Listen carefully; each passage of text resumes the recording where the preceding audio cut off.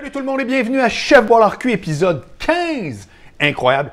La technologie ne cesse d'avancer parce que vous avez peut-être remarqué déjà une nouvelle caméra. En vrai, ce n'est pas une nouvelle caméra, c'est mon iPhone 12, quand même un iPhone, le tout récent modèle, qui fait des très belles images, mais habituellement, je prenais ma GoPro qui filmait avec un angle encore plus grand.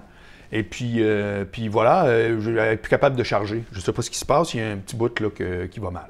Ça fait que je faisais toutes mes autres vidéos de toute façon avec mon iPhone. Et en plus, attention, vraiment, innovation, un micro. Donc, comme vous voyez, j'ai maintenant un micro. Donc, vous me direz si vous préférez cette image et ce son-là, mais ça devrait être bon. Cette semaine, très fier de vous présenter ma vraie première recette inventée. C'est-à-dire que j'ai été obnubilé les derniers jours par un pâté chinois. Puis je me suis dit, qu'est-ce qu'il y a de chinois dans un pâté? Rien. La viande, bon, peut-être. Après ça, du blé d'Inde. Avez-vous compris? Du blé d'Inde. C'est pas du blé de Chine, c'est du blé d'Inde. Donc déjà, ça marche plus. Puis des patates. Quand est-ce qu'on entend parler de patates quand on va aux Chinois? Zéro. Donc, j'ai décidé d'inventer un pâté chinois que je vais préparer d'une façon totalement révolutionnaire. Et je remplace les patates par du riz. Du vrai bon riz Uncle Ben's épicé coréen. Voyez-vous, au moins, il y a une suite dans mes idées. Des patates, j'en mange peu. J'en avais pas, anyway, puis je voulais vous faire un épisode. Donc, on va essayer ça. C'est-à-dire, ça va être viande, blé d'Inde, riz. Alors, vous allez faire, mais c'est n'importe quoi. Mais justement, la cuisine, c'est supposé être n'importe quoi. Moi, je ne suis pas un bon cuisinier. Hein? J'apprends, comme vous le voyez, mais je connais la nutrition. Je m'intéresse à ça depuis une trentaine d'années. Je vous suggère d'ailleurs des vidéos de Eric Berg. Eric Berg, je mettrai son lien dans ma description.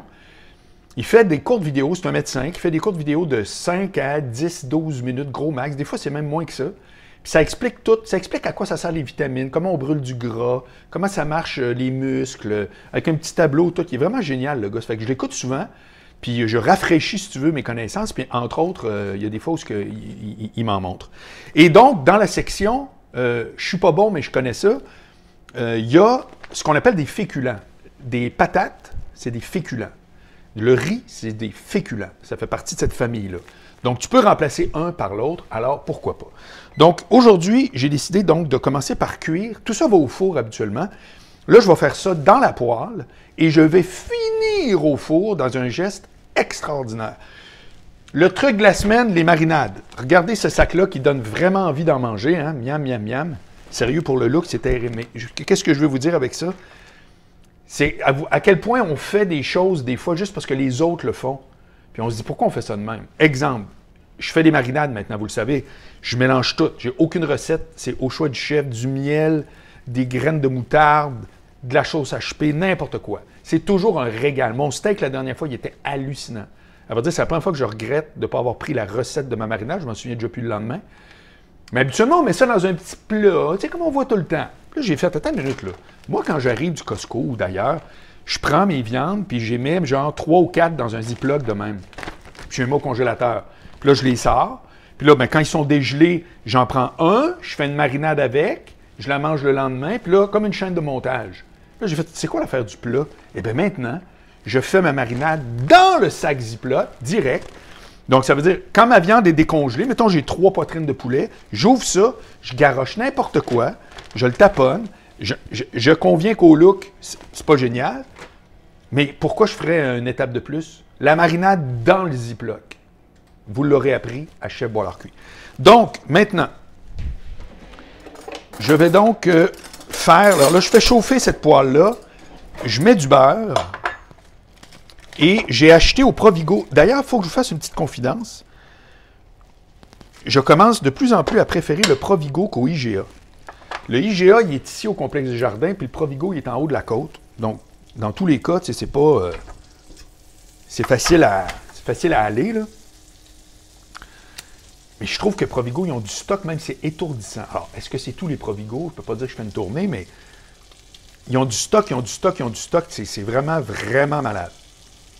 Ça fait que j'ai trouvé ça, regardez. C'est de la viande hachée, mais qualité un peu plus supérieure. Là, ça dégoûte dans le plat, mais c'est pas grave. Et je vais donc mettre tout ça, parce qu'au pire, si j'en ai trop pour une personne, je vais donc mettre tout ça. Vous allez voir c'est quoi ma méthode de faire mon pâté chinois. Moi, je ne fais pas tout au four. Checkez bien ça.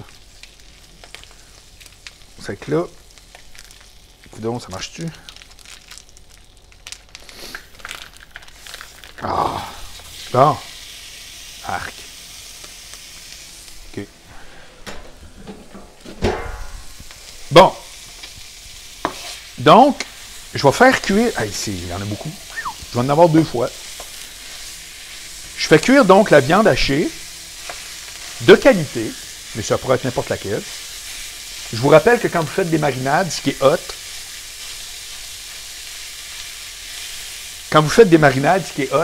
c'est que même si vous avez de la viande cheap, ça va devenir de la bonne viande. C'est la première fois que je me dis, je peux acheter n'importe quelle viande super cheap, puis finalement, ça va être bon pareil. Donc, l'idée, c'est ça. C'est que vous faites cuire, là, je suis à feu un peu, pas pire, ouais. Et là, regardez bien ce que je vais rajouter. Vous allez faire comme, mais c'est un génie. Je rajoute de la sauce barbecue. Est-ce que je vous ai dit que j'essayais toutes les sauces barbecue du Québec possibles? Ah, le four est déjà prêt, OK. Bref, je rajoute ça. Un goût comme ça.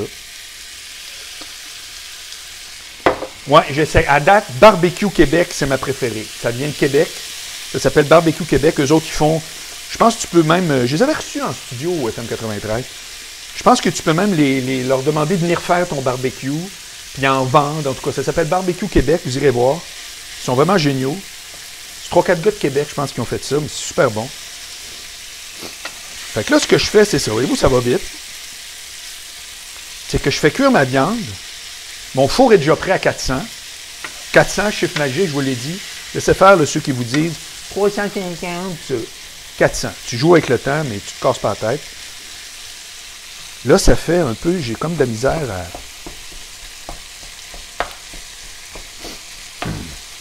J'avoue que ça a l'air d'une bien meilleure viande. Rappelez-vous mon chili du dernier épisode, épisode 13 et 14 combinés. Une autre affaire époustouflante. Je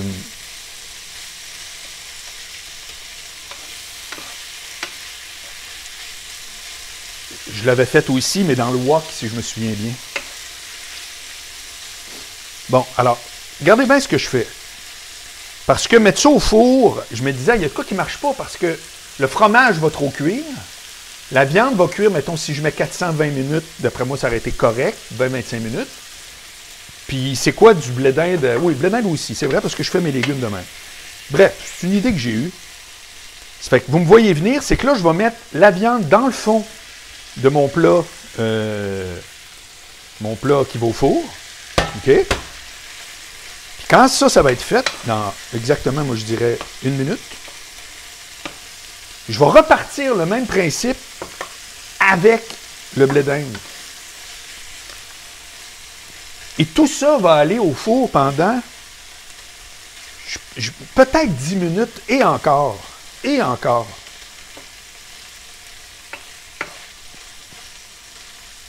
Puis là, même, je vais être fou. Checkez-moi bien aller. Je vais mettre mes fameuses épices à steak de Montréal. La grille. Fait qu'on va lui donner du goût à cette recette-là. Ça va être comme « Wow! » OK? Tant qu'à moi, là, on est prêt. Fait qu'est-ce que je fais? C'est que là, vous ne le voyez pas super bien. Je vais vous le mettre ici, là. C'est ça. Tu sais, quand je vous fais mes vidéos, normalement, moi, je travaille, mais là, je vous ferai le dos, en tout cas, bref. OK? Là, je mets ça là-dedans.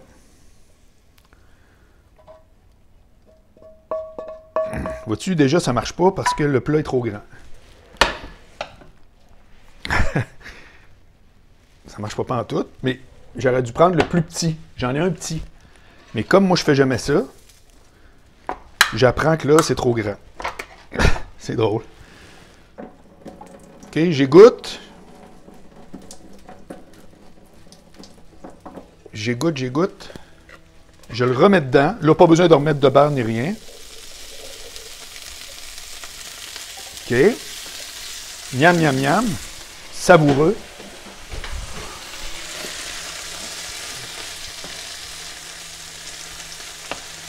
Je vais quand même lui donner un peu, un minimum de... OK. Juste comme ça, juste pour dire.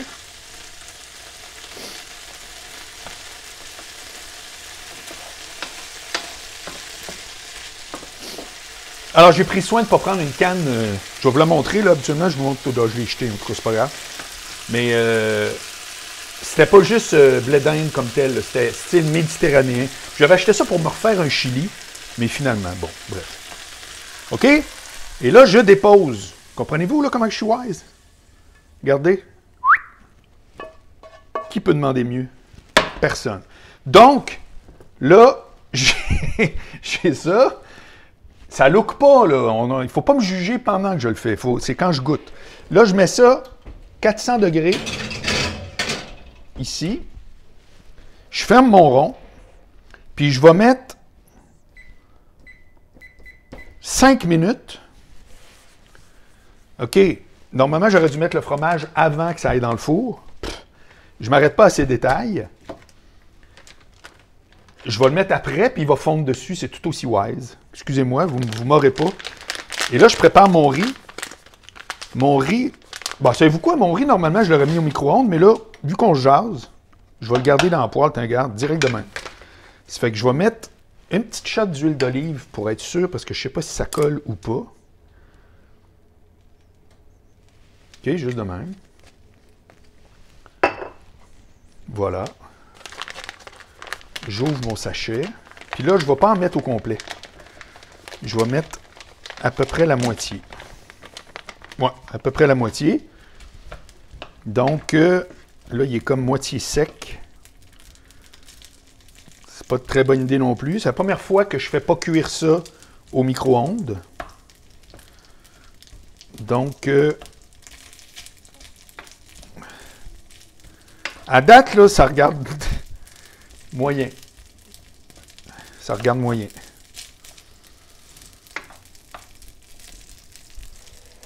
Pourquoi il parle? Pourquoi, là? Timer. OK. C'est un peu, là, je vois. C'est ça. Ça fait que là, j'ai mis un peu de riz. Rappelons que c'est ça qui remplace les patates.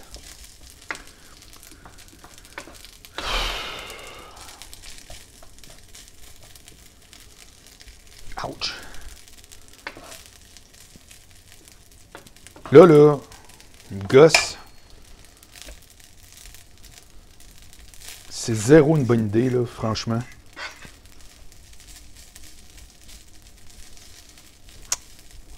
En tout cas.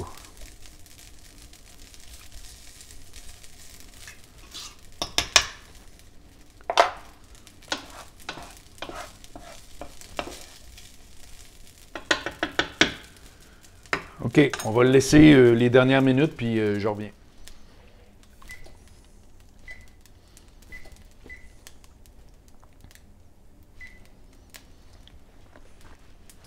OK, ça fait que là, je l'ai mis un peu dans le four. Donc ça va là. Je ferme mon rond. C'est vraiment n'importe quoi. Regarde, sérieux. Oh my God. Puis comment veux-tu que je ramasse ça après? Il n'y a rien qui marche. C'est vraiment mon plus grand flop ever.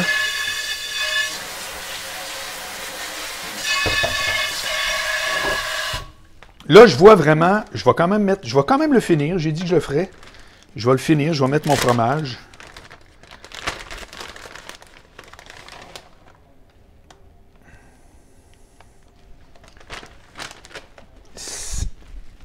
OK, si j'avais pris le petit gars, je peux pas vous le montrer, mais c'est le petit, là, le petit comme un mac and cheese, genre. Tout ça aurait pu avoir peut-être de l'allure. Là, c'est épouvantable. De mettre le fromage à la fin, c'est bon. Au four, ça ne change rien. J'ai inventé rien. C'est vraiment... non, c'est zéro. Puis là, ben, je vais le manger pareil. Ma dernière chance, c'est que ça soit bon. Ça se peut que ça soit bon. C'est pas impossible. Mais ça n'a pas rapport. Puis je pense pas que c'est à cause que j'ai mis du riz, par exemple. Je pense pas que c'est ça qui fait que c'est... C'est juste que ça n'a aucun rapport.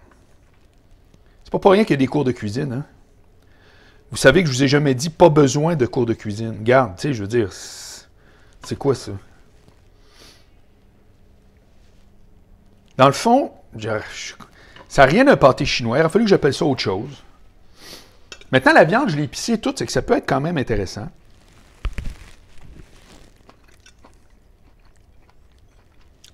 Ça. Hop.